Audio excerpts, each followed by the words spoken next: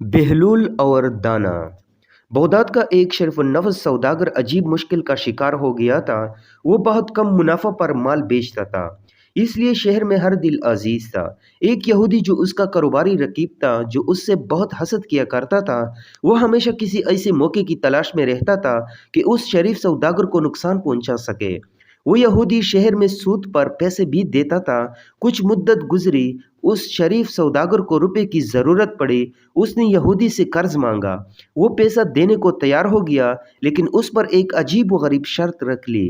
शर्त यह कि अगर सौदागर मुकर्रर वक़्त पर इसका कर्ज अदा न कर सका, तो उसके बदले में उसके जिस्म के जिस हिस्से से चाहेगा एक सेर गोश्त काट लेगा। सौदागर मजबूर था, उसकी इज्जत की बात थी। उसने मजबूरन उस यहूदी की शर्त मान ली और बाकी दस्तावेज लेकर यहूदी के हवाले कर दी। इत्तेफाक से ऐसा हुआ कि वो सौदागर मुकर्रर वक़्त पर कर्ज अदा न कर सका। यहूदी ने फ़ौरन अदालत में मुकदमा दर्ज कर दिया, क्योंकि उसके पास सौदागर के हाथ के लिखी हुई दस्तावेज मौजूद थी। इसलिए काजी ने यहूदी के हक में फैसला कर दिया, लेकिन काजी आज और कल पर टालता जा रहा था। काजी मुकदमे की नोयत से ये जान गया कि यहूदी ने जो शर्त रखी है वो बहरहाल दुरुस्त नहीं। साफ लगता था कि ये यहूदी अपने किसी रंज की वजह से सौदागर का सख्त तरीन दुश्मन है, और वो सौदागर का ऐसा उज़ू काटना चाहता है। किसी उज़ू का काटना इस सौदागर की मौत का बास बन सकता था।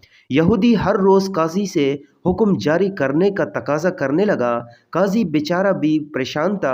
उसके पास सौदागर के बचाव की कोई तदबीर भी नहीं थी। शहर के लोगों को भी वो सौदागर पसंद था, लेकिन फैसला यहूदी के हक में हो जाने के बाद लोग बेचारे भी इस हाल पर खड़ते रहते थे, मगर वो कुछ कर नहीं सकते थे। एक दिन किसी ने बहलूल से उस सौदागर का सारा किस्सा सुना दिया।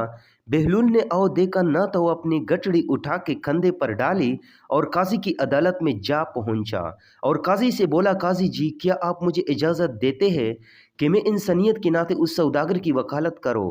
काजी ने खुशी खुशी इजाज़त दे दी। बहलूल अपना असा कटकटाता आगे बढ़ा और बड़े इत्मीनान से सौदागर और यहूदी के दरमियान जा बैठा। बहलूल दाना ने सौदागर से पूछा, भाई सौदागर, तुमने जो दस्तावेज लिख कर दी है, उसके मुताबिक अगर तुम मुकर्रर वक़्त पर कर्ज अदा ना कर सके, तो इससे ये एहतियार होगा कि ये तुम्हारे जिस्म से एक सेर गोश्त जिस जगह से चाहे उतार ले। मुझे इस बात से कोई इनकार नहीं है। सौदागर ने इकरार करते हुए कहा। तो बहलूल दाना ने यहूदी की तरफ देखा और पूछा, क्यों भाई, यही दस्तावेज लिखी थी कि तुम इसके जिस्म से एक सेर गोश्त जहाँ से चाहोगे काट लोगे। हाँ हाँ, यही इकरार हुआ था। मेरे पास उसका लिखा हुआ शर्तनामा दस्तावेज की सूरत में मौजूद है। यहूदी ने बड़े फख्र से कहा। तो बहलूल बोले, तो फिर ठीक है भाई, तुम्हें पूरा हक हासिल है।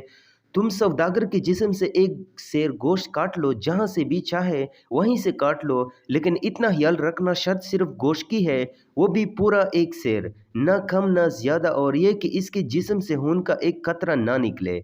अगर तुमने एक सेर से कम या ज़्यादा काटा या सौदागर के जिस्म से खून का एक भी कतरा ज़ाया हुआ, तो तुम्हें इस इक़दाम में कत्ल की सज़ा मिल सकती है।